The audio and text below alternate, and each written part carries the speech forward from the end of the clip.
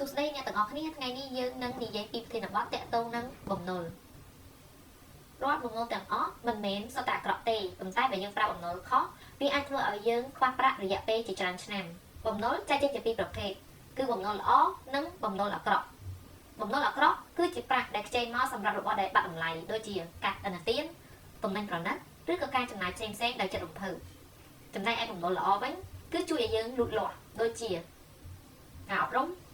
ផ្ទះសម្បែងឬអគារឬក៏វិនិយោគដែលអាចបង្កើនចំណូលរបស់យើងភាពខុសគ្នារវាងបំណុលល្អនិងបំណុលអាក្រក់បំណុលល្អគឺយកលុយចូលហោប៉ៅរបស់យើងចំណែកឯបំណុលអាក្រក់គឺយកលុយចេញពីហោប៉ៅរបស់យើងបើបំណុលដែលជួយឲ្យយើងរកប្រាក់បានច្រើនមានពេលអនាគតឬក៏បង្កើតទ្រព្យសម្បត្តិវាអាចមានតម្លៃក្នុងការប្រើដូច្នេះហើយយើងត្រូវប្រើបំណុលគឺជាឧបករណ៍មិនមែនជាអន្ទាក់ទេបើសិនជាអ្នកទាំងអស់គ្នាចូលចិត្តប្រភេទវីដេអូបែបនេះសូមជួយ follow ឬ subscribe ដើម្បីទទួលបានគំនិតវិនិយោគបន្ថែមទៀត